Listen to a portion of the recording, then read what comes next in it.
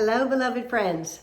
I'm Reverend Kira, and I'm here to introduce the last in our series on the Four Agreements by Don Miguel Ruiz. As we come into this Sunday where we share our Thanksgiving feast together and we prepare for this time of Thanksgiving, we give thanks for the ways that the ancient teachings of the Toltecs come through Don Miguel Ruiz to teach us about the Four Agreements and how we become masters in our own lives to create a new dream of reality, a new earth. We are in the midst of actually experiencing that new earth. We're in a full moon lunar eclipse on Friday night, and we're resetting the stages. It's the longest eclipse of 600 years, since 600 years ago. What that represents is that we are eclipsing out the old ways of being. We are in a time of dissolution of the patterns and the programs that no longer work for us.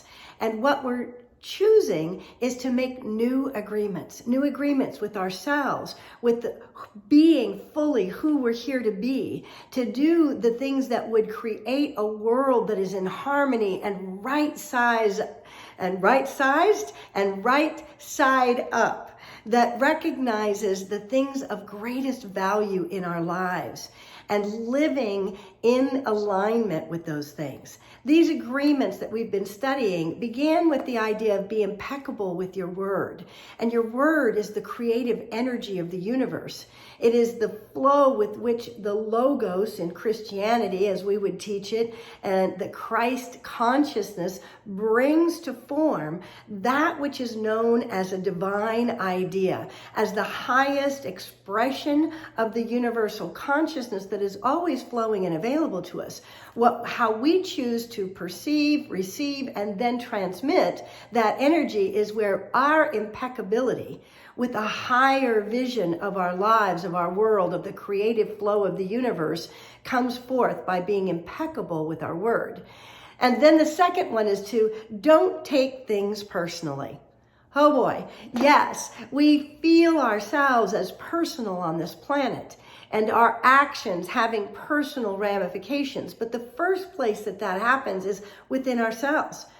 If I take things personally, meaning that it's about me, then I get in the way of seeing the higher experience, expression, the transcendent view of the world and being able to stay centered and in the divine power that is mine. We are warriors on the spiritual path, here to hold true to a mastery of our own thoughts and feelings and emotions and expressions.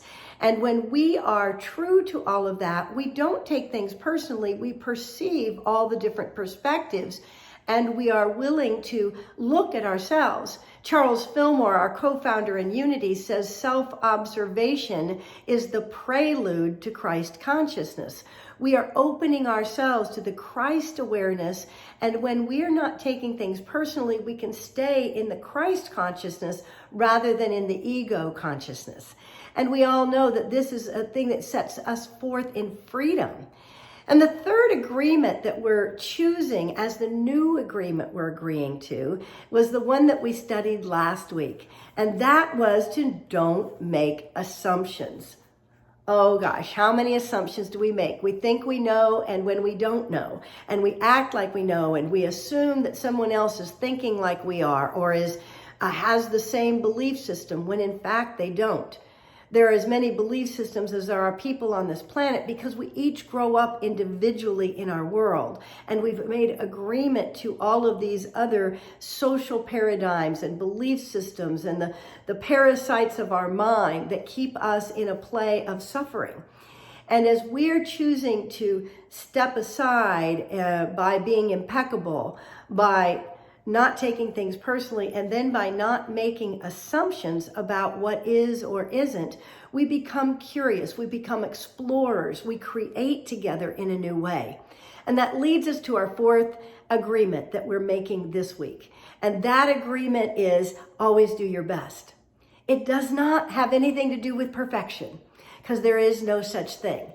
But it has to do with being the best me I know how to be in this particular moment. Every moment is different. One moment I'm in a great place, feeling good. I'm able to be fully present, fully aligned. But in another moment, I'm a little more reticent. I have other things that are up for me. And I will do my best in that moment with where I am. But it requires me to be fully alive in the moment. Doing my best means that I recognize that I'm not in the past and I'm not in the future. Excuse me, I'm going to sneeze. Whew. Okay. All right, I think that sneeze is holding on for the moment. And as we do our best in this moment, see, we don't ignore that sneeze going to happen. We don't act like, oh, I don't have to go remake my video because I almost sneezed, right? I'm doing my best in this moment with what is. And that means there's self-acceptance, there's self-love, there's a willingness to be myself and be fully present. And so I want to invite you, are you fully alive?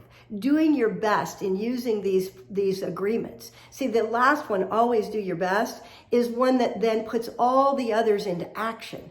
We take action because we enjoy life. We enjoy living. We enjoy ourselves. We enjoy choosing to do what we do. We make our yes, yes, and our no, no. And we actually move forward then more effective with our action than if we are trying to overcome the idea that I should have done better. We're judging ourselves. We're playing victim to the world. And oh, but I couldn't. Every moment we do our best with all the different agreements.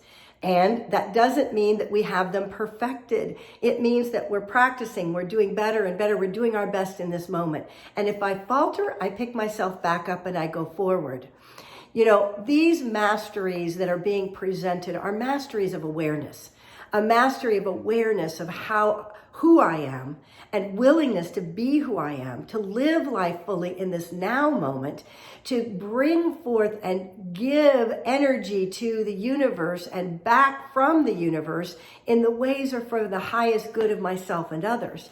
And if I am willing to do that, then I create a new reality. I live in freedom. And that's really what we're all seeking, is a sense of freedom.